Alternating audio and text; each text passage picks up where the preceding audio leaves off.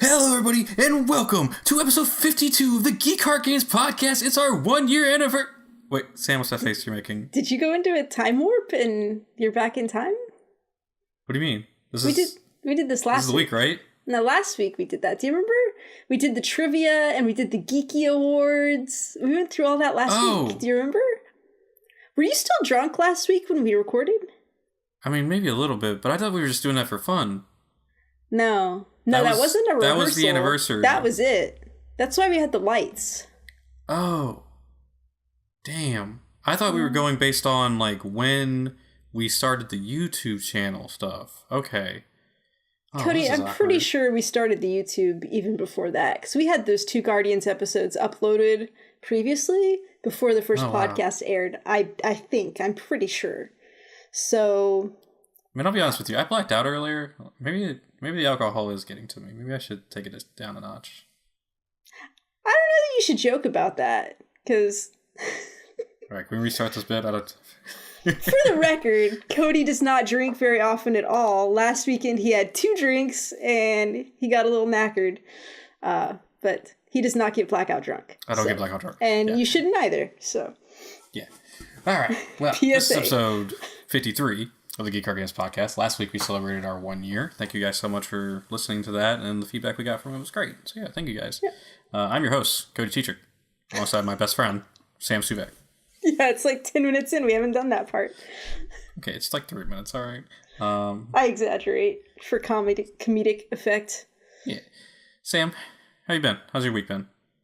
It's been all right. I was just saying, you said it felt like Friday. Today's actually Thursday. I was saying it feels like Friday because I'm off work tomorrow. I'm going to go see Captain Marvel. So Lucky. I'm feeling good about that. That's good. Ooh, how about you? I got both some very bad news and some very good news today.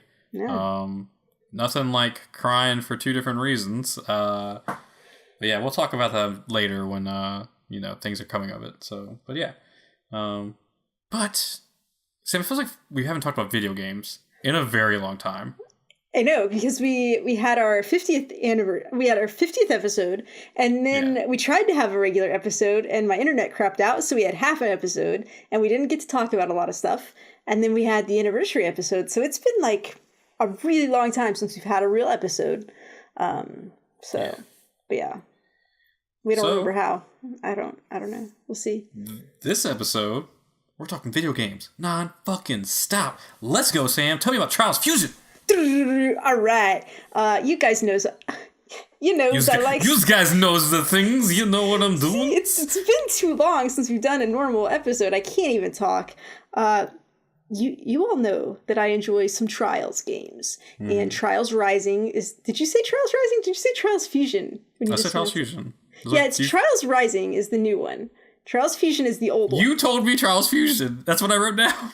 Well, that can't be helped. The document had it saying Trials Rising. So okay, sorry. The problem with Trials games is they all sound alike. So they start with Trials, and just mistakes happen. Anyway, I've been waiting for this game for a while because I had a blast with Trials Fusion. My friend Crawley gifted me Trials Evolution on the PC, and I played some of that and had a good time. So I was ready for the new one. I mean, it is pretty much just like a Trials game. Yeah. What you'd expect. I mean, they're not doing anything like super new and different. It's just fun new maps where you're driving along, trying not to crash. But like I don't know. I don't necessarily. Okay, I never got very far in the previous games. Like I could get through the medium tracks. I never got past the hard ones really, because like that stuff gets hard. And so far I'm still in the easy section right now on Trials Rising, but like it feels like these tracks have a lot more movement than they did in Trials Fusion. And what I mean by that is like you're going on something and then like suddenly you jump over to like a truck and the truck is moving while you're also moving, or like different stuff like that. Like there's moving platforms and you just have to kind of be aware of stuff. Some stuff you'll get on it and it'll have a little stop sign at the end because you have to like brake and stop yourself and wait for it to like raise up to get you to the next level before you can go again. So it's doing some really fun stuff like that. I know the previous game had some like kind of circular flippy stuff, but like you kind of like, it seems like a lot we're doing these kind of, we have to kind of do a backflip and like situate yourself before you can go on again, which is, it's fun and really cool. They always have like, when you get to the end of the track, you're supposed to just crash and usually like explode or die in some grotesque way, which is part of the fun of it. So they've had some really fun endings for this one. One of them, like you get attached onto a big like rocket, like a space rocket, and then you get launched into space. And I was like, how long is this thing gonna go? Because normally it just happens and it's like, okay, end of the episode, here's the results, whatever. But this thing like blasted off for quite a while, and then you're like up in space, and it just like went for a very long time before it ended. I was like, okay, that was fun. But one of the new things that Trials Rising is doing, in the previous games, they never had like a really good tutorial training system to help you get better at the more advanced skills. Like if you wanted to, you pretty much had to just go watch YouTube videos of people like explaining it and teaching you how to do stuff there. So what they did with Trials Rising was they found the people who were doing the best YouTube videos and they hired them and said, come help us and make us a little, it's called Trials University, and help us make the training videos. And so what happens is like, you've got your character on the bike here on your track, and then right behind you is the instructor. And so like, you'll see them, they just kind of repeat going through the process, showing you how it should be done. And so you can practice doing that. And while you're doing it, it's got in the bottom left hand, it's got the buttons on the controller, and it highlights them to show you like what you're pushing at the time when you're doing something. Which I was like, okay, I guess that's whatever. And so I was kind of like, I wasn't paying attention to the first couple levels because it was just like the basic stuff. I'm like, I know how to drive through the Trials track, right? But then I got to the one where like there's more steep inclines and like it's trickier to get up those, and this is like where I was really having trouble with it. And so I tried it for a while. Why do you have this little like smile, this half smile on your face? Like, what is that about? I'm just listening to you talk. What are you talking about? I don't know. It was suspicious. Okay, but so I was having trouble, and that's when I realized like you can push a button and you take your person off, and then you just see the instructor. And so you see the instructor going, and then if you look at the bottom left, you see what buttons they're doing to make themselves do what you see them do, if that makes sense. And so that was actually really helpful because, I mean, you can watch someone do something all day, but like, I don't really know how to replicate what they're doing. So like, I spent a lot of time just watching what they were doing with the buttons.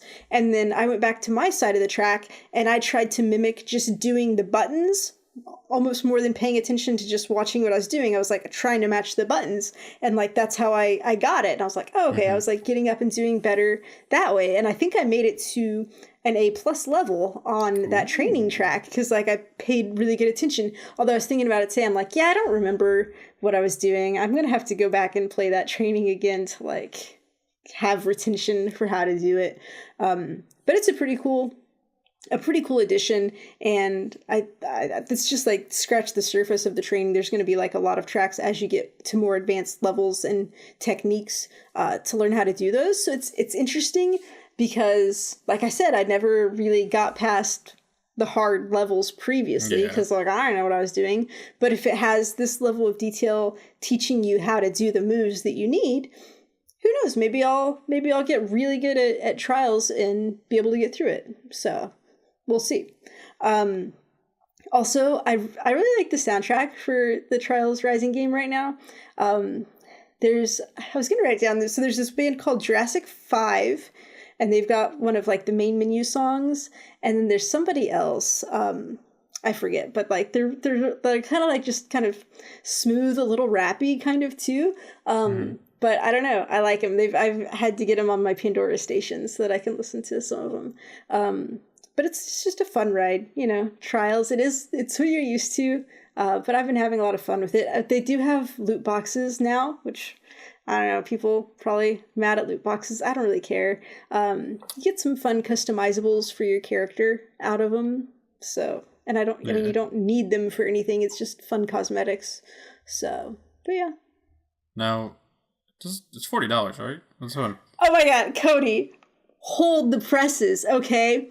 Trials Rising, if you just want the regular game without any of the like DLC expansions that's coming, the regular game of Trials Rising is $25. Oh, okay. All right. That's a deal, right? That's a huge deal. So then if you want to get the like deluxe edition or whatever so that you get all the extra DLC maps that are coming later, that's $40. So still a really good deal. Yeah, still very good. I mean, it's a great game, and you can get it for $25. So, I was also going to say, so it's available on all platforms, including Nintendo Switch.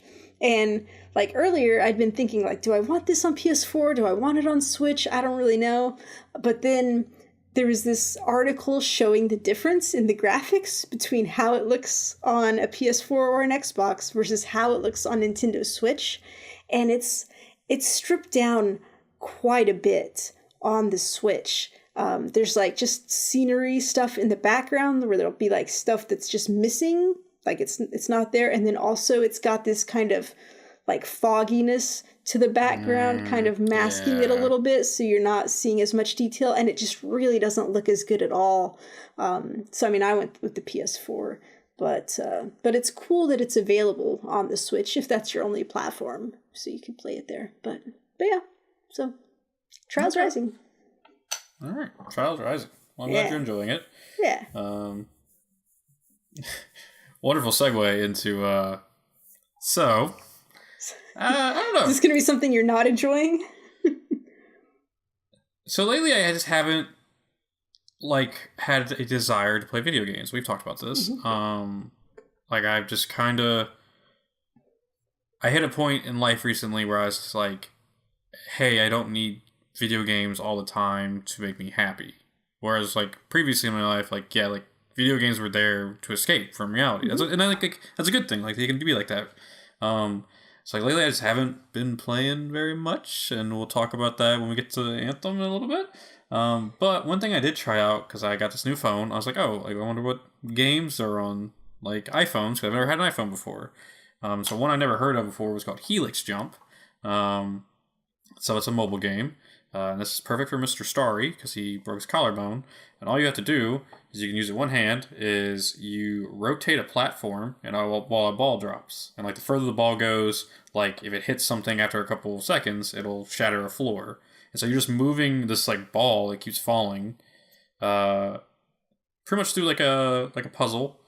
And are you moving the ball, or are you moving the stuff? the level. Okay. The ball just falls straight, but you're moving, and the ball will bounce, but it only gets so many bounces before it's all right, you need to restart the level. Okay.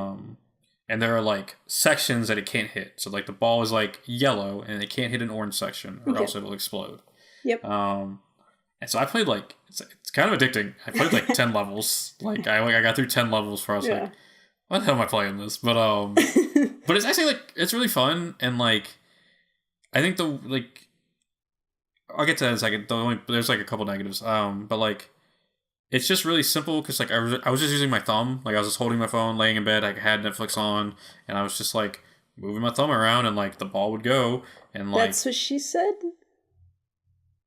I would hope no woman is putting her thumb on a ball. I don't know how these things work. It's fine. I mean, true. And so it was simple and kind of addicting. I just kept playing it, and I was okay, whatever. And it has that loop where you're oh shit, I fucked up, and I hit an orange spot right as the level was about to end, and so you keep coming back to it. And I played through the first 10 levels, and there was enough variety. They would eventually start adding there were very tiny sections of not orange, and so you got to be really precision focused. I think the worst part is that if you fail a level, they start running an ad, and those ads on mobile games where there's not an X in the top right for the first 15 seconds, and then it shows up. Well, then they blend it in with the ad, and I was oh, come on, guys! I don't like this. Yeah. And eventually I started noticing it. No Pedialyte ads, though, so that's good. Does it have an option to just pay for the game so you don't have to have ads? I did not see that because I did look for that. Just because I was like, I'll throw on $1 if this stops happening. And yeah, I didn't see it. The only other kind of annoying thing is I do think it's like one of those games where like you only get so many lives per day, but I think they start you out with a pretty high one. Because like I failed like at least 8 times, and there was no like indicator that I was gonna have to like stop playing for the day. That's good.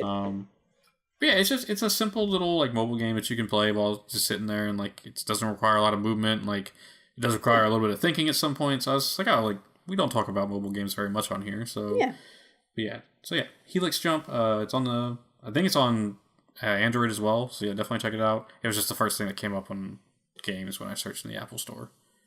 Fun fact. I'm sorry. Breaking news, Cody. Oh, breaking news. Did you know, speaking of how you now have an iPhone, did you know that today's firmware update for the PlayStation gives everybody on an iOS device the ability to get this free PS4 remote play app on their device, and you can play what seems to be any PS4 game on your iOS device.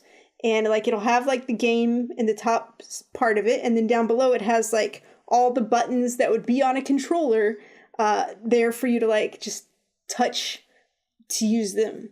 I don't know how well it would work.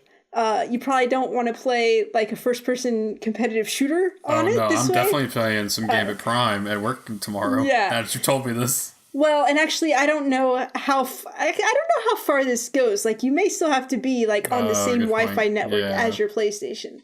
I don't know. I don't have any iPhone devices, so I can't try it. But you should check it out and then report back how this is. They said it was good for like visual novels or like turn-based things where you don't have to be quick and fast. So, but it's interesting. So damn, I was really hoping to play some Rocket League tomorrow at work. Yeah, a little bummed. Yeah. All right, so that was Helix Jump on the App Store. Sam, you've been talking about this game a lot in our Discord and on Twitter. Maybe not in our Discord. No, I think you mentioned it in Discord. I think you mentioned it. Discord. I don't know. Mainly on Twitter. Tell me all about Arcade Spirits. Yes, so Arcade Spirits. So I found out about this game because one of the writers of the game, I believe her name's Anne Schumann, she used to be with Bitch Team Alpha. And so I was like, oh, cool, she's making a game. So of course I'm going to support that and check it out. Aloy's here, FYI. So basically it's a visual novel, and you are this girl who... You just lost your job. You're kind of like a young 20-something, kind of just getting out in the world, You lost your job, so your roommate is... Oh, hey, boy, stop it. Don't go in that closet. Such a drama queen. Does she have her tuna yet? She doesn't have her tuna. She doesn't get the tuna. The contract was broken. We decided not to go with it. That's right. Sorry. So, yeah. Okay. All right, so this girl, she needs a job, right? So her roommate is like, hey, download this Iris digital assistant app for your phone. And so there's this AI program called Iris who helps her like get her life in order. And it's she recommends a job at an arcade. So she gets this job at the arcade. It's like Francine's Funplex. I think there's another word. Aloy, stop it. You never want to go to a place that has a first name in it. Why not? Seems a little sketchy. Seems like there might be some murders happening. Hold on, like she really wants to go in this closet, and this is not the closet. Stop it! Get out of there. Sam's cat is attacking our database. She's gonna go attack the computer. Okay, guys, it's time for my secret weapon, Aloy. Oh, she got the spray bottle. See, I just have to shake it at her now, and she leaves because she knows. No, I didn't actually spray her. Oh, I don't know what she's doing now. Okay, all right. Sorry, guys. Sorry, got distracted. Okay, so Francine is this really fun old woman who runs the Funplex, and like starting off with her, it was just like really evident that these characters are very well written and very enjoyable to get to know. And basically, you go through 8 chapters. of like the ups and downs of her life at the arcade and stuff that happens. And of course it gives you options to romance different people. So, oh yes, question. What kind of game is this? Is it a... Visual novel. Visual novel, okay. Yeah. I felt like you said that, but I just wanted to double check. Yeah, yeah. So there's the different people that you can kind of woo, and so your Iris assistant, like, she will track like how well your relationship is with each one, but then she also tracks on your responses to different things, like what your personality type is. If you're more like the person who has like a really good heart, or you're like the funny one, or you're the bold one, to just see your stats like that. Because like eventually when it's time to like make your move on somebody, it factors in like how well your relationship is with them, but then also how well your personality meshes with theirs. And in a fun way. So this game, it's like you can romance these people and end up asking someone out, or if you're not interested in that, like when that part of the game comes up, like you can talk to your Iris digital assistant and be like, no, I'm happy as I am right now. I don't want to pursue anyone right now. And so you get that option as well. And once you pick someone, like you go on a little date and you start your relationship, and then the following chapters with them, like they're just kind of like there and they're like helping you out, or you're having little problems with them, but it's never like a really big thing to the plot or story. So it's just a nice little addition, which is, what a relationship in real life should be. It shouldn't be like the thing that builds you or breaks you. It should just be the nice little thing that adds to what you've already got in your life. In theory. I don't know. I'm not good with relationships. Yeah. No. You're good. But yeah, so like when I started, I was like, oh, I'm going to try to romance Naomi because she's like the kind of geeky arcade repair person, and like she's really into her technology and her games. But then like as I started going, this other girl, Ashley, who I had pretty much dismissed at the beginning because I was like, she's kind of like this blonde cheerleader kind of, I was like, I don't know, there's much to her. But then like, as I got to know her better, she had some really interesting stuff going on with her personality. And I was like, oh no, I think I would like to get to know her better. And so I actually ended up dating her, and it went very well. There was this part where I thought for a minute that they were going to have Francine, the older woman. I thought she was going to start having a relationship with one of my young friends. Like, it was starting to sound like maybe it could go that way, but then it didn't go that way. I mean, so they were like 20. They're of age. It was just like, it would have been one of those, what is it, like September, May romances? What do they call them? So, yeah, it would have been interesting if they'd actually gone that way. And I don't know if I was just reading into it or if other people might see it, like, and wonder if that was something. But anyway, it's a fun game. It has really fun music. One thing that I like about it is it has good options for separate volume sliders for the music, the sound effects, and the voices, which they had a lot of voice acting in it too for all the different people, and they did good there. Like just the very beginning when you're going through the menu and like setting up your character and stuff, the sound effects were really annoying. I was like, oh my God. But so like I quickly found that volume thing and turned it down. And then it did a fun thing where when you first go into the arcade, there's all kinds of arcade noises in the background. And like Francine's like, oh yeah, that noise, you'll get used to it after like, a few months and you won't even hear it anymore. And then your character's like, oh, nope, I got used to it now. And like it just suddenly cuts off. And it's like, it was really funny. And also nice for your ears. So it's a fun game.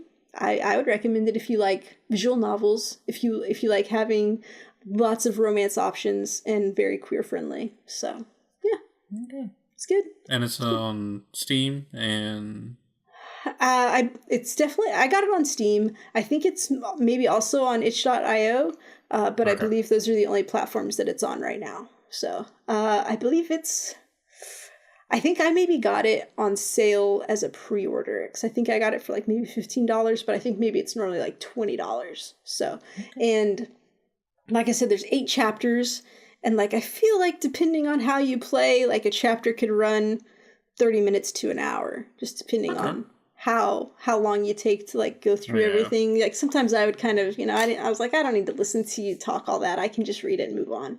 So, but yeah, So it's a good game. You guys should check it out. All right. Arcade Spirits. Arcade Spirits. Yep. All right. Sam, I think we gotta dust off an old segment here. We're gonna bust out the Titans, the Warlocks, and the Hunters, and we're gonna talk about the Destiny download. So yeah, Season of the Drifter has launched. It's the second season, part of the annual pass, that new thing they've been doing.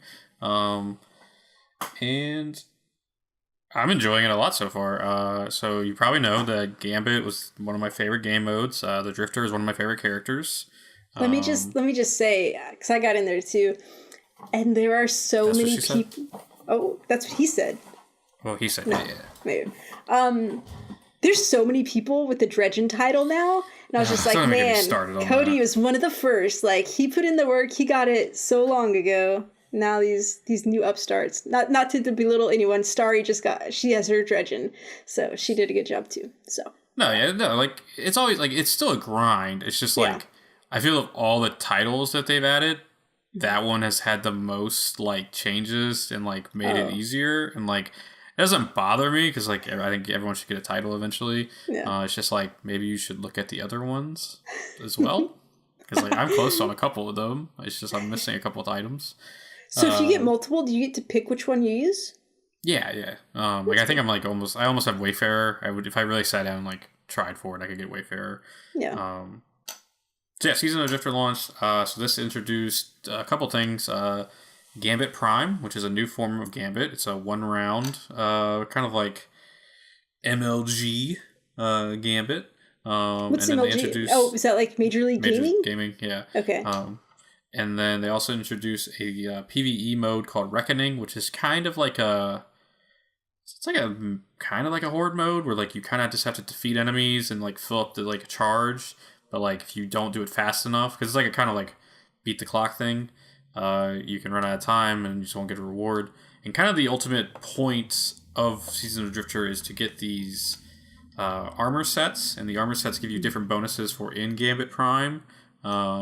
So there's Reaper, Sentry, Collector, and Invader. Yeah. And so like you're kind of picking a role for when you're into Gambit Prime, and like you get some pretty good set bonuses. Like I think for Reaper, if you get like a multi-kill, like special ammo spawns for you. So like if you're running like a fusion rifle, like I do, that like makes a lot of explosions, that's a good thing. And so yeah. And there's going to be other stuff coming, like I think to this past Friday, when you're hearing this, they released the second tier of Reckoning. And then this coming week, we have the Thorn Quest, we have Tier 3, the 9 are showing up, it's for some reason. And so yeah, that'll be interesting. Lots of good stuff, though. Sam, what are your initial thoughts?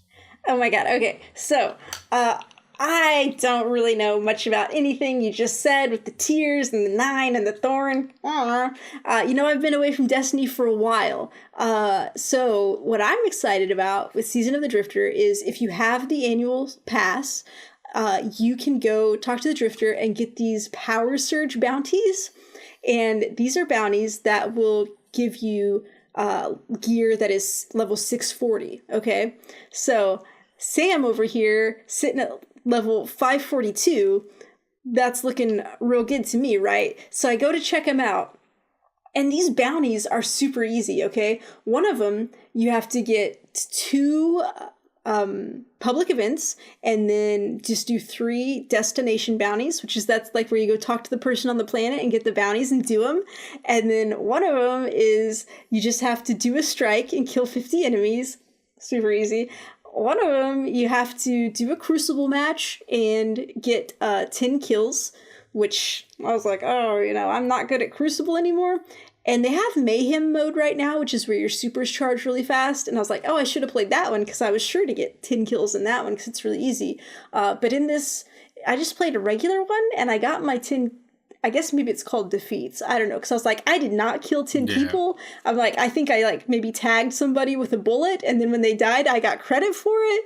I'm not asking questions because it was wonderful.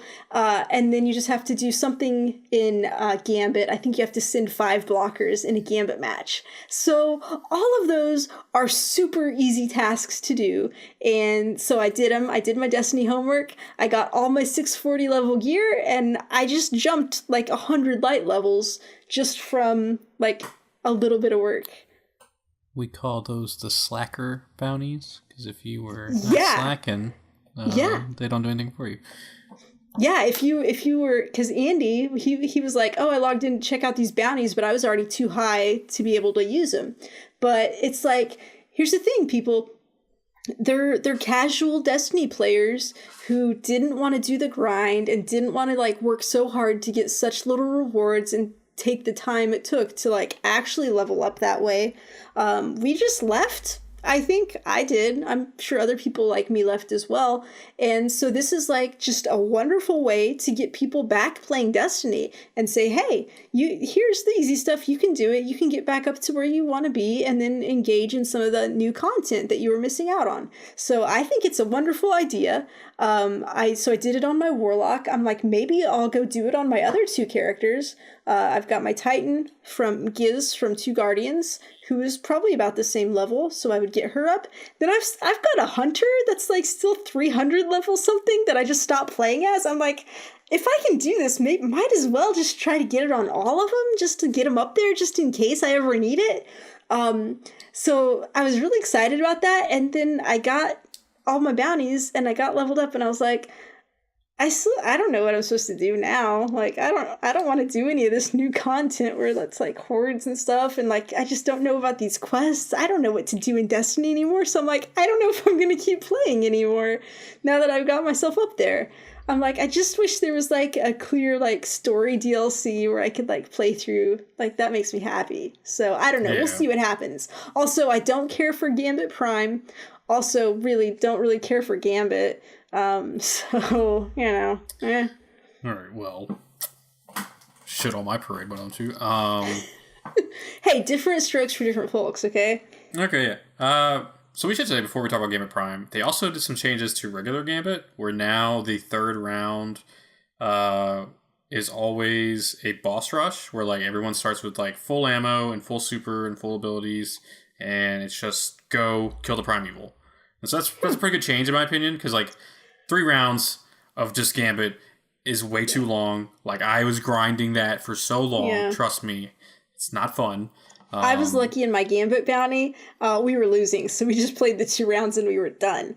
Yeah. But one of my complaints, I feel like, because I got the 640 pulse rifle. It was the first thing I got, and so I took that into Gambit with me, and I thought I'd just be like wrecking with that thing, but it still was like really hard to kill these enemies, even using my 640 gun. So I was just like, man, how hard would this have been if I had my old 540 guns? I don't know. I was just like, it seems like so much more difficult to kill the enemies in Gambit than in like a story mission or a public event or anything.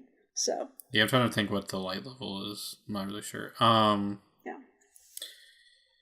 But, so Gambit Prime released. So it's pretty much a streamlined version of Gambit. There's 1 round. They increased the moat deposits to 100.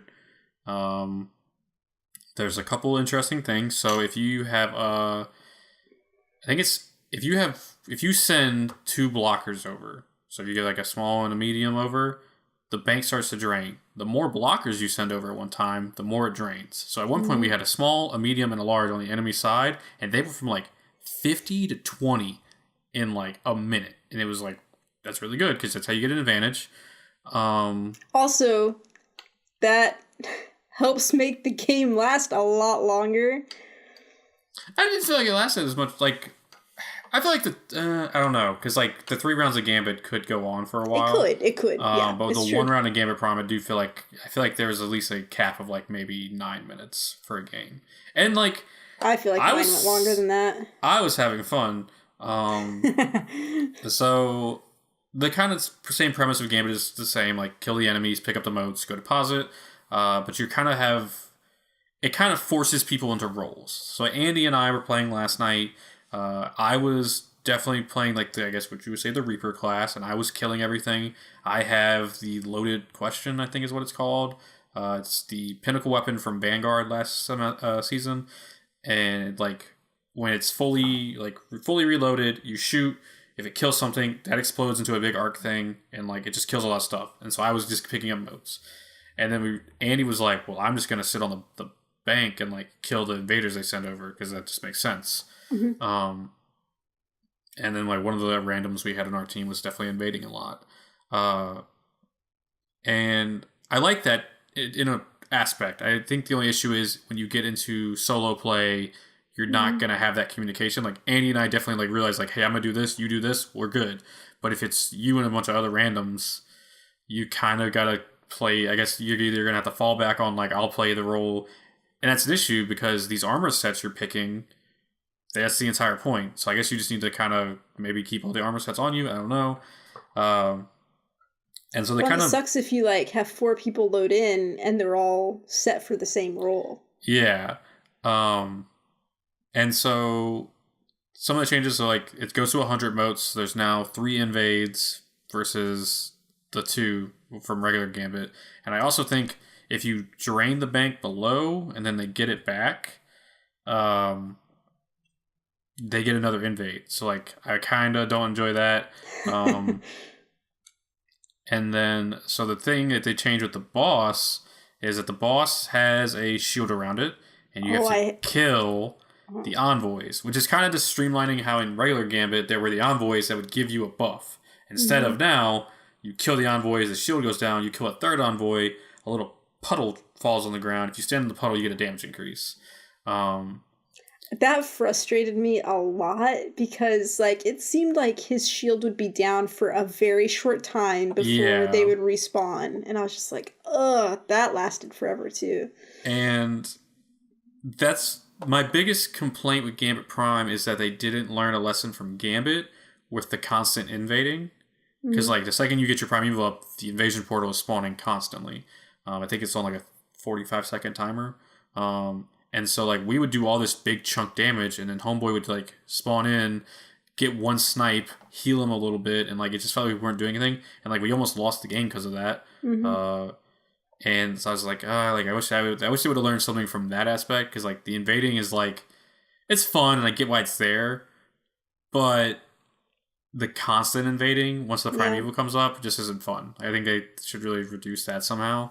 But, like, overall, like, I started it, was like a little confused at first, and then by the end of it, I was really having fun. Like Andy and I both agreed, like it's a lot better version than the constant like 2 to 3 round Gambit matches we were used to playing. Just one round, like, kind of makes it feel better in my opinion. And I'm interested to see like they're introducing like 3 other maps over the next couple weeks, and so that'd be interesting. And so what you get from that is you get a quest from the Drifter. And he's like, oh, go check out Gambit Prime. Once you do that, you get these synthesizers. And then he gives you... No, you get a synth. He gives you a synthesizer. And you put it in there, and it makes a mote. And then you go to his ship, and you take a portal. And the portal teleports you to where the Reckoning is. The Reckoning is a PvE thing. It's pretty much a horde mode. And you're kind of you have 6 minutes... And the point is to fill it up to 100%. Once you hit 100%, and like there's different enemies, like there was like mini bosses who show up, and the mini bosses give you more percentages. There's modifiers. Like the other day we had Glass, Brawler, and I forget the third one. Oh, Void Cinch. And then the boss shows up, and if you kill the boss, you go back to where you deposited the mote, and you get a piece of the set gear, depending on the synthesizer you put in. So like I had a Reaper synth, so I put it in the synthesizer, and I got a Reaper mote. Put the mote in, I got a Reaper set of gear.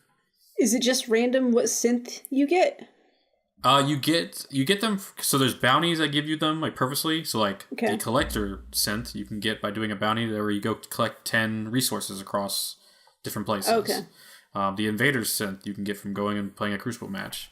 But you also get them from Gambit Prime for playing the role you want to play. So like if you get a lot of multi-kills, you get the Reaper synth. If you go get some invasion kills, you get invader synths.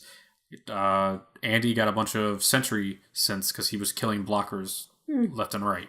So you get the things from playing the game. So that's good. Can I just real quick, let me state for the record, I think it was just my regular Gambit match, I killed an invader, and I felt real good about myself because that doesn't usually happen. So, yeah.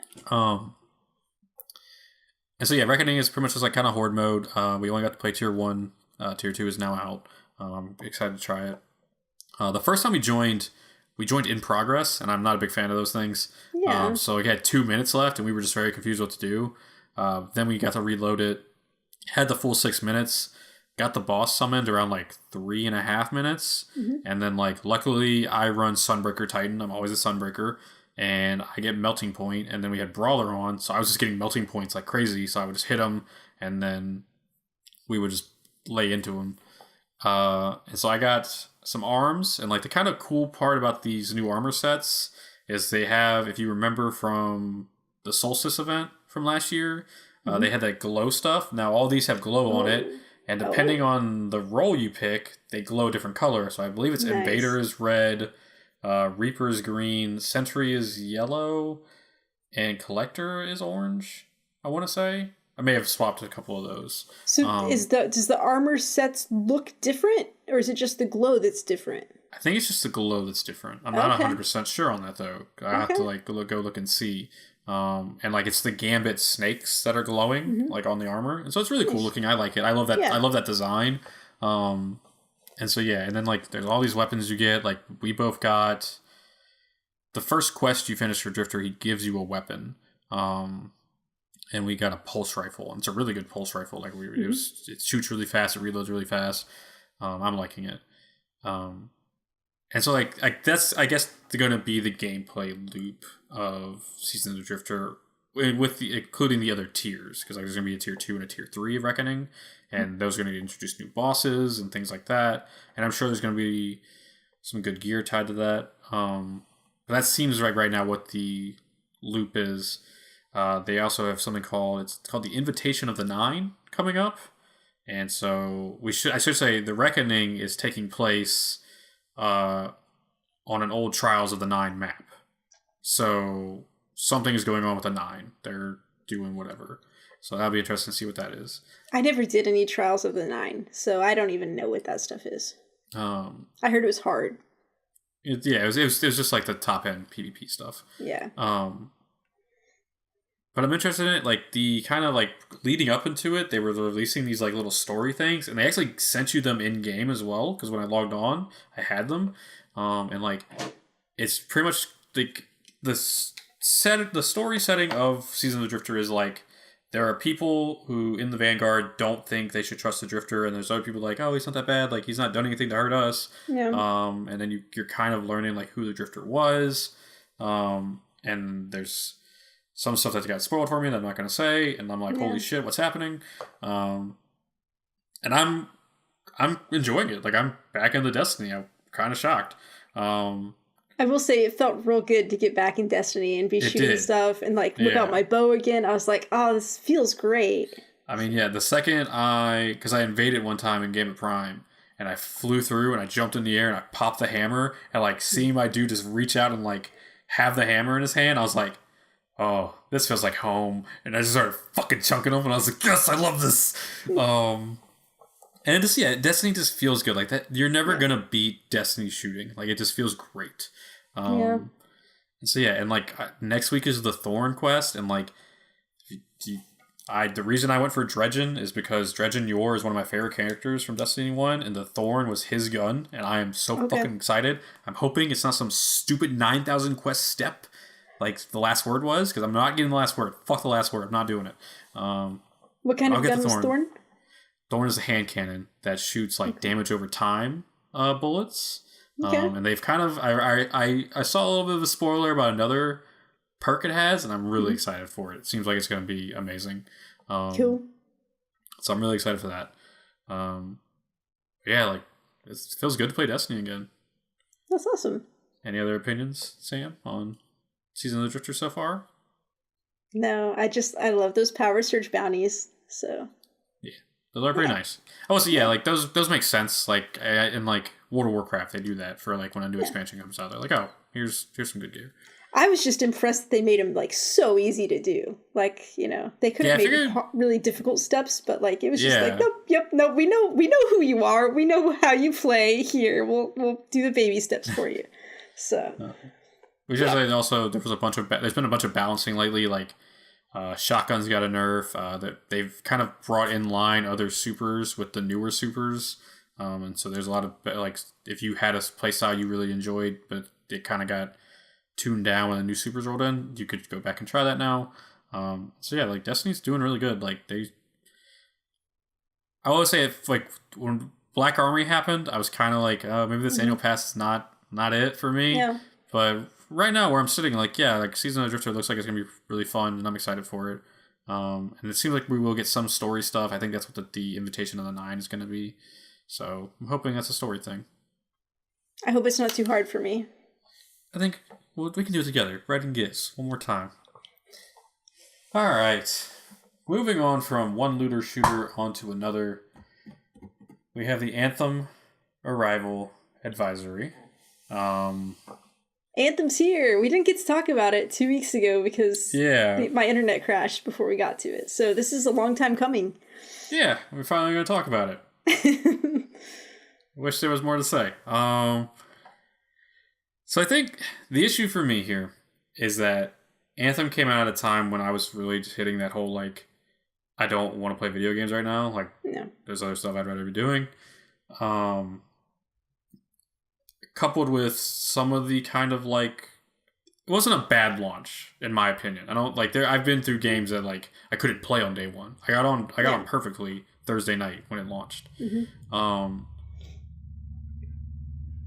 I don't know, just something hasn't gripped me, and then we'll talk in a second about like the kind of issues that it's having on PlayStation, and like I just haven't wanted to play the game, and if when I'm playing the game, feels great, loving it, love flying around, love the shooting, love the abilities, I am having a blast. It's just I'm not drawn to play it. I'm not like sitting at my desk at work being like, oh man, can't wait to go home and play some Anthem. Like I get home and I'm like, what do I want to do? Watch some Netflix? I guess I could turn on Anthem and do a mission real quick. Yeah, let's do that. And like I'm a little bit bummed by that because like I know other people are loving it. I'm glad everyone's loving it.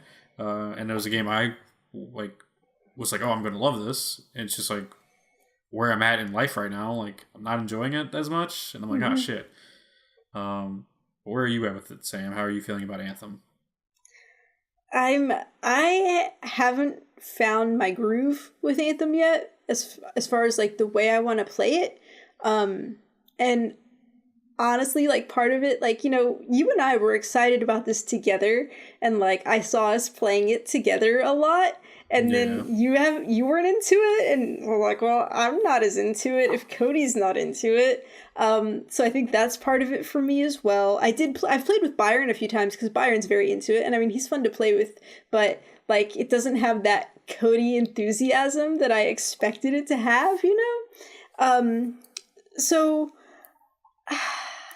it's weird for me because when you play a mission with 4 players and you go in there and it's just chaos. Everyone's blowing stuff up and doing stuff, and like I can blow some stuff up and shoot some stuff too, but I mean honestly, I don't have to. Like I could sit back and just like everyone else is going to take care of stuff. Yeah. And it's that kind of makes it not as much fun for me because it's just like I don't know, I feel like I'm not really playing it that much. So I decided that what I wanted to do was kind of just play by myself. Because even if I got like buddies that were friends of mine, the other part of this is also I found I want to spend 20 or 30 minutes in Fort Tarsus going around talking to people because the characters And the writing in this game is fantastic. Like, I've had a like, I don't like going and talking to NPCs in games. I'm like, whatever, let me just get to the action. But I've really enjoyed every conversation I've been in Fort Tarsis, just because these characters are so well written, and it's just so enjoyable to hear their stories and get these peeks at their personalities and like see where they're gonna develop into. So I've had a blast with that. But that's the thing, like, you finish the mission, you come in, and there's like all these people that you could go talk to, and like I've got that fear that, well, if I don't talk to them now and I go do another story mission, maybe the things they were going to say to me now won't be the same later. Like, maybe I'm going to miss out. So like, I want to go and talk to them all every chance I get to see what everything is. And so if you're playing with other people, like, you can't just say, hey, Byron, be quiet, don't talk to me for like 20 minutes, entertain yourself while I do this, and then when I'm ready, we'll go do a mission together. I mean, I could. Byron's very polite. He'd be like, well, okay, but that's not a fair way to treat your teammates. Yeah, and it's not a fun way to game together. So I was like, okay, I'm going to play by myself. And so I did a couple missions where I locked it to private on my expedition, and I said, I'm just going in on myself, on easy, and I had a really good time. Like, it was slower. I got to like play, I got to shoot things and be like, here are the things that I'm doing, and it was much more enjoyable for me that way. Actually, part of what spurred this on was I loaded into a group mission, and as soon as I loaded and landed on the platform, it was like, oh, I'm transporting you to the mission area because you're too far behind. That's the worst part. And I was like, the mission just started. Like, I don't want to be missing out on this. So that's when I backed out and was like, no, I'm going solo from now on. And it was going well until I did this mission and I got to it, and it was just like easy, collecting stuff, killing stuff. I had to pick up these 3 things, and then I was supposed to like clear the area of enemies. And like, I'm killing all the enemies that I can, but for some reason they keep respawning. And like, it goes on for like 20 minutes, and like, I can't get it to like hit the marker to move on. And I got so angry because, like, I was like, I don't know if it's a glitch or if there's just something else I'm supposed to be doing that I can't figure out. Because, like, I went back to the spots where I picked stuff up and it wasn't that. I was like, I don't know what to do. And I was very angry. And so I was like, okay, I'm just going to end the expedition because I can't do this anymore. I'll have to come back with Byron or whatever. And then when I went to end the expedition, my game crashed, and that's when I got even more mad because I had spent a good long time in that mission and I didn't get anything from it. And it wasn't the horrible crash. It was just like a regular crash where it took me back to the title screen. But I was just like, oh, I'm so mad right now. Yeah. So, like, I think it was the second night the game was out. I got on and I joined the mission, and the mission started. I flew around, was doing some stuff with people, and I looked down to a text message for like not even a minute, and it was like, teleporting you to the next zone. It's like, all right, whatever. And so load screen happens, and load screen was very slow. By the time I finished that load screen, they had already made it to the next section, and it kept happening for 3 minutes. And I was like, all right, no, like, I don't enjoy this. This is not how you do this. Like, this should have been a lot more open worldy. Like, fuck. Yeah. I just, like, that's really, and like, Andy and I were playing Destiny last night, and he was like, you know why I prefer the loading screens in Destiny? Because I'm flying a ship somewhere, and there's cool shit happening in the background. Instead of this static image. And I was like, that's true. It's a very good point. However, just the other night, 2 nights ago, whatever, 2 nights ago, I was like, you know what? I'm going to play a little bit of Anthem. I'm going to give it a go. So I got with Byron. And 2 other, I kept it public. So me, him, and 2 other random people went through and did that mission I needed to do. And it went through just super fast, super easy. It was obviously some kind of glitch that got me stuck in it. And then we did one more mission, and then we were going back to Fort Tarsis, and my game crashed again. And I was like, oh my God, I was so mad. And I'd been like, as we were playing, I was like, man, these loading times are really long. So then I switched off and I went to play Destiny. And then, like, Destiny, I was like, man, these loading times are really long too. Like, they are, they're comparable probably, but Destiny is better because you get to see your ship. But when you're cranky anyway, it doesn't matter. I was like, I'm sick of all these loads. I played a little bit of Destiny, did some of my bounties, and then I was like, screw this, I'm gonna go play Apex. So Apex is still making me happy, but yeah, Anthem, it's just, I don't know. Hopefully, okay, let's get into another reason why I haven't been wanting to play it as much just lately. There are the reports now that on PlayStation 4, sometimes it's going to crash and treat your PlayStation the same way as if you had accidentally unplugged it from the power source. And it's going to crash and probably have to rebuild your database, and then you would have to re-download all of your games. Which, let me tell you, speaking from experience, that this has happened to, not from Anthem, just natural stupidity and then some unlucky electricity situations. It has happened to me at least 3 times where I have had to like reinstall the software and like re-download all my games. And it sucks. You do not want to do that. Although, I mean, you know, it kind of gives you a clean slate. You just re-download like the stuff that you really like, but it's not good. I don't recommend it. But just the threat of that has kind of made me not want to play. They've said that I think next week's update should hopefully address that issue. Yeah. But was I reading things wrong? Because I was reading that it bricks PS4, and in my head, bricking PS4s like people were saying that it's bricking, and possibly like one system went down and has not been able to come back up. But most of a lot of the people who said it was getting bricked, they just didn't understand. Like, you have to like hold the power button down for a few seconds to get it to reset. It'll come back into safe mode, and then you have to go through that process I described. So most of them are not actually bricked. They're just kind of reformatted, which... You know, I mean, it's better because like it'll still work. It's not just a lump of junk now, but it's not fun. Like in my head when I was like, I read that and it was like, oh yeah, it's bricking PS4. It's just like, I'm not fucking turning that game on until that's fixed because I'm not risking it. I'm not dropping that much money again on something. I will, to be honest with you, before I played it this last time, I downloaded Apex Legends on my Xbox so that just if my PS4 crashed, I would still be able to play Apex Legends. And like it sucks, and like it's because like PlayStation does make up a good majority of players. Like it's the popular of the two major consoles, and like. That just sucks that like so many people are probably like sitting there like, I'm not playing this game, but that's a risk.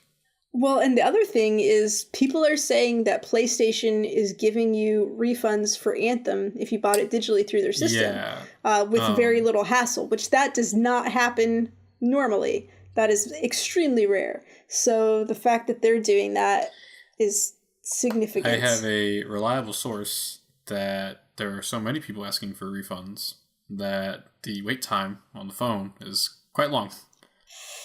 So, Well, and I don't want to do that. Like, I think Anthem's going to be fine. I think it's going to be fun. I think once they get their issues fixed, like, it'll be fine. It's just, it's so disappointing for them to have a launch like this because, like, we had talked about it. We're like, Anthem's probably going to be our game of the year because it's just going to be, we had so much faith in what it was going to be and how it was going to play.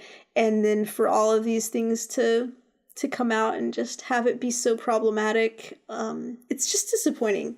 So, I don't know. But it could still get turned around. Once they get their problems fixed, the gameplay is fun. Yeah. Like when I'm in the game, how you want to play it. Like I said, my problems with it, but yeah, I mean, flying feels amazing. So, that was the one thing was when I was playing Destiny, I was just like, man, I just really wish I could just fly up in the air right now. Like, it would be so much fun. I mean, honestly, if Destiny just like got flying suits and then just had story DLCs, it would be nice. That would be perfection, perhaps. Let's write a letter to Bungie about how Destiny 3 should just be that. I mean, games are stealing stuff from other games left and right, so I feel like that's fine. Just go ahead and take a flying suit. We've got flying guardians now. It's A-okay. Yeah. But yeah, kind of sucks for Anthem right now. definitely will be checking back in, seeing how we both feel about it later on. I'm hoping I can like sit down eventually and really get into it. But right now, just with the crashes and things, I just don't want to risk it. Yeah. Well, and it's frustrating to go through a mission and then have lost all that progress. So, but I don't know. What can you do? And there's a lot of people who are having a blast with Anthem. Byron's loving Blantham. He's loving Anthem, and I mean he hasn't had. He said I think he had a crash like the first night he played, but he's had good luck since then. Which I've probably cursed him now that I said that. Oh yeah. But yeah, so there's a lot of people having fun with it, and I feel like it's a good game. It just needs to kind of get some stuff together. So I hit level 8, so my second javelin should be unlocked. I wasn't ready to make my decision on which one to unlock, so we'll see. We'll see what I pick. Yeah. But yeah. All right. Well, I hope you guys enjoyed us finally talking about Anthem. It's been like 2 weeks in the making. But let's get hyped because it's Pokemon time. Let's go. I mean, I'm happy for you. I'm very happy. So there was a Nintendo Direct a week ago, and they revealed Pokemon Sword and Shield. I am fucking hyped for this fall. Oh my god. So yeah, new region. Gonna be some new Pokemon, but we're also gonna have some old favorites in there. It looks like it's based on England from everything I've seen everyone talk about. No legendaries shown off yet. That's kind of shocked by that because usually they show off legendaries that are tied to each game. Like why you should pick Sword versus Shield. They did show off the starters. I'm really bad with names, so I only remember the one I'm picking, which is Grookey, because he's a fucking grass monkey, and I'm in. He's adorable. I love him. All right, Sam, the good video games journalist over here. I was paying attention, okay? So, number 2, you got Score Bunny. He's your fire starter. He's a little bunny. I think maybe he left some flames when he was walking. Like, it was looking pretty badass. The issue I'm having is people are using other names from different, like, regions, because they have kind of cooler names. And so I was like, I think it's like, I can't remember what they one I saw. Flambino? Flambino was what I was going to call it, and I was like, I don't think that's it. That was like his name in a different country is Flambino or something, and us USA people got Score Bunny instead of Flambino or something. But yeah, okay, all right. And then number 3 starter, most adorable, saddest little eyes you'll ever see. It's this little water lizard named Sobble. And he's just precious. You just want to snatch him up and cuddle him and be like, "I love you, buddy. It's gonna be okay." He's so precious. Yeah. And so yeah, like they didn't show off very much. It was mainly just kind of going over like the region and like they kind of showed a little bit of gameplay. They focused on the starters. God damn, did I get excited because like it's happening. Like I do just want to like. I just want to know what the catching mechanic's going to be because, like, we had the Let's Go thing and, like, they tried that out. Were they happy with that, I wonder? Well, and they've got the random encounters back on so that you don't see what Pokemon you're going to battle to try to catch it. Yeah, which I'm just used to it, but I do wish they would have done the whole Pokemon walking around thing. It would have been kind of cool. Yeah, just, man, I'm so excited for Pokemon to come around again. Even though like we just had a Pokemon game, really wish they would like maybe just a little bit more info, just because like the pre-orders for the games went up, but like usually you kind of like you pick the game depending on like what like this game gets these Pokemon and this game gets this Pokemon and like here's the legendary for this game, stuff like that. When is it releasing? Fall 2019, so I feel like so it's still E3, ways away, and they want to stretch out that excitement. Until then, so yeah, and like this will probably be like Nintendo's big thing for like E3, and like I'm sure I'll have more directs for it coming up.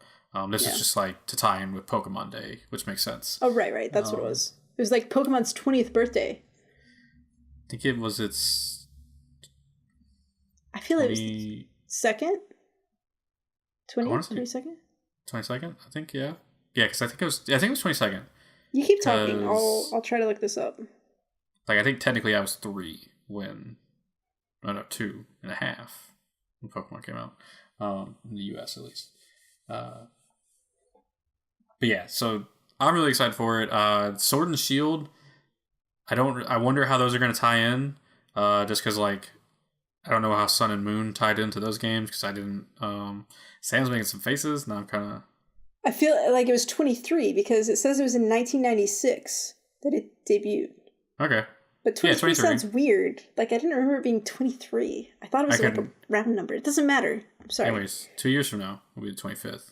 Okay. Hope something cool happens. By then, we'll probably have actually like real life Pikachus.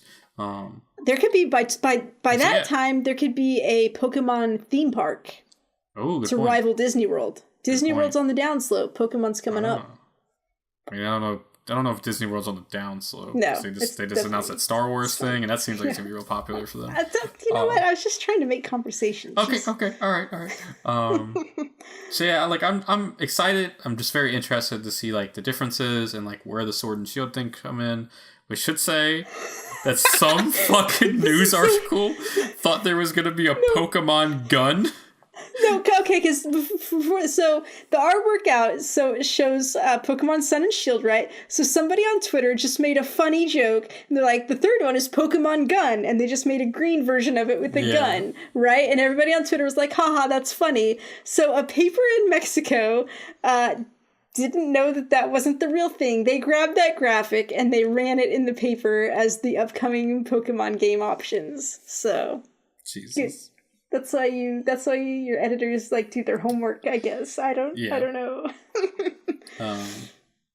Sam, are you at all like I know you like Let's Go, but you weren't like very passionate about it. I had my fun 8 hours with it. Yeah, you did your fun 8 hours. Are you at all even a little bit excited for this game? You can be honest with me. I won't judge you. No, I think Grookey and Sobble are adorable. But like I don't think I want to play this game. Like okay, I don't want to catch more Pokemon. I have no desire to catch them all. I just I got real bored at the end of Let's Go. At the end of my run of Let's Go, I was nowhere close to the end of the game. So yeah, no, probably not. Unless it says like it's going to do something like spectacularly different. I'm probably not interested. So, and it doesn't seem like it's going to yet. I mean, no, that's fine, because I'm fucking more than hyped for both of us, and you're never going to hear me shut up about it when it gets close. That's what she said? That's what she said. Fucking Grookey, man. Let's go. I'm excited. So adorable. All right, so yeah, Pokemon coming out, fall. I'm excited. Hell yeah. So go ahead and start thinking about now, if you're going to need to have a Pokemon segment, what the P alliteration name for that segment might be.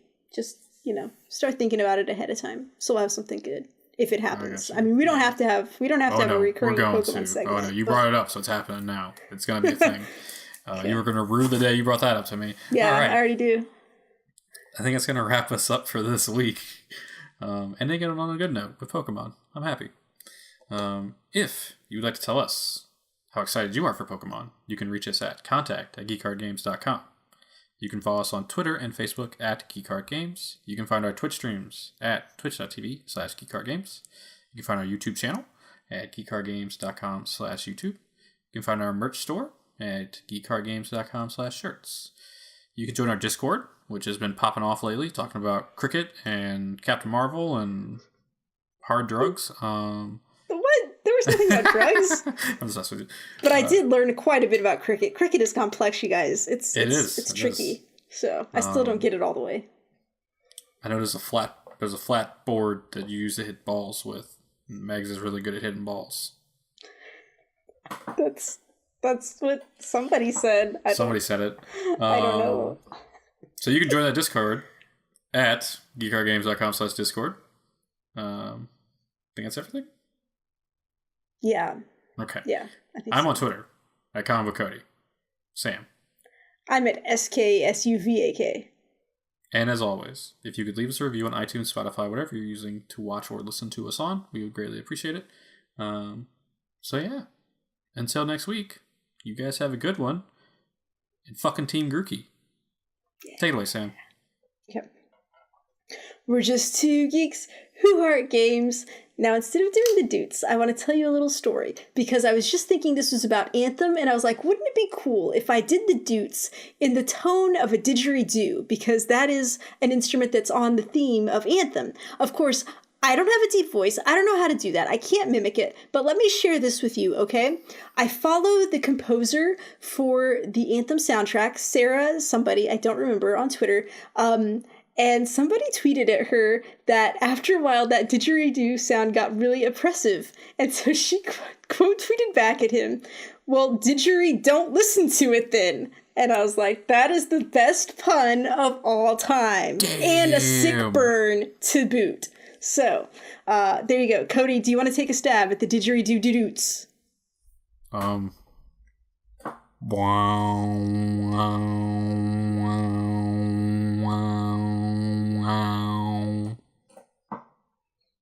That sounded fantastic. I'm going to be honest with you. After the first, 2 seconds, the audio cut out. But the beginning was fantastic. Your audio will have it recorded, so it'll be fine. I just didn't get to hear it. I'll listen to it back once on my editing. But that was great. You made a great didgeridoo sound. So Thanks. Good job, buddy. Thanks.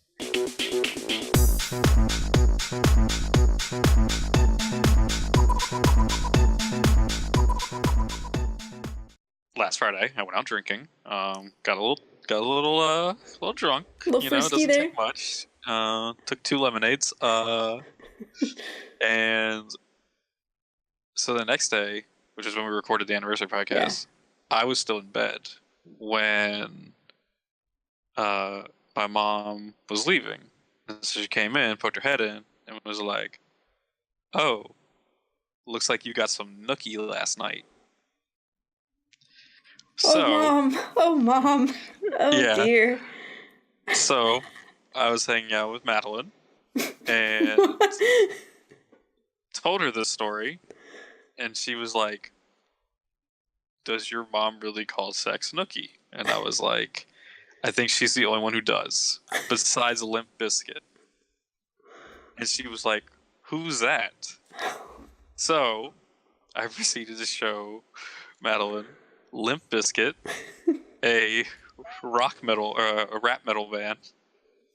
For those of you who are listening who don't know, with such hits as "Rollin'," "My Way," and the ultimate one that I showed her was a song called "Break Stuff." Oh yeah, There's a story behind this song. Also, they have a song called "Nookie," which I listened to for the first time ever today. You never heard it before? No, what the hell? Definitely steered clear of that song. Which I was like, oh, I wonder what this is about. I know it's about sex. I didn't realize it was just pretty much Fred Durst being like, I really was only dating that girl for the sex. Everything else can fuck off. I was like, okay, good on you, Fred Durst. So, funny story about the song "Break Stuff." So when I was in middle school, I was dating a girl, and I went on vacation with my family. And so in the process of going on vacation, she cheated on me and told me over the phone while I was at a hotel with my parents. Oh no. So I had a little MP3 player, right? All these like some Creed, Puddle of Mud, all these older bands. And I found the song "Break Stuff." And if you don't know the song "Break Stuff," it is just pretty much Fred Durst being like, I'm about to go off. Yeah. At one point there's a lyric where he says, "I got a fucking chainsaw." That's a fucking lyric. Yeah. So I think I was 15, maybe 13 at the time when this was happening. Wait, did you say you were in middle school? Yeah. Okay, that 15 is high school. So yeah, maybe so 13. Yeah. So I have my MP3 and my headphones in, and I'm blaring this in my ears. I listened to that song for 4 hours straight. And let me tell you, there's a part where it picks up in tempo. It's what is it? What does he do? Oh, he's like, "I'm about to break," and it just starts going. Let me tell you, 13-year-old Cody, who just got his heart broken because he got cheated on, was sitting in a bed next to his parents who were sitting in bed, and I was just sitting there head banging, just getting it, and I will never forget that happening. Moral of the story is, let's listen to Limp Bizkit. They got some bangers. Or the moral of the story is don't cheat on the person you're dating. And if you do cheat, don't break up with them over the phone when they're on vacation, because that's just a horrible thing to do. We didn't break up. Oh dear. Young Cody was a very stupid kid. Okay. Third lesson: don't stay with people who cheat on you. Yeah. So yeah, but okay. Well, when is Limp Bizkit getting back together? You know, we got the. I don't know, man. We got the Jonas Brothers coming back. Like, we really need. I enjoyed some Limp Bizkit back in the day. It was more like college days for me. But I remember I had Rollin' on a mixed CD. And I liked it a lot. There was a period where WWE would just always use Limp Bizkit songs. Like, first off, The Undertaker, he came back from being the dead man, and he became the American Badass, and he would ride a motorcycle to the ring. And so his entrance song was Rollin', obviously. Okay. And then, like, they used that song My Way for, like, every promo package. Like, if two guys hated each other, it was like, put My Way on it, we're good. And then, like, they definitely used Behind Blue Eyes for something. Oh, yeah. But yeah, man, if they really just break stuff for something, though, that would have been great.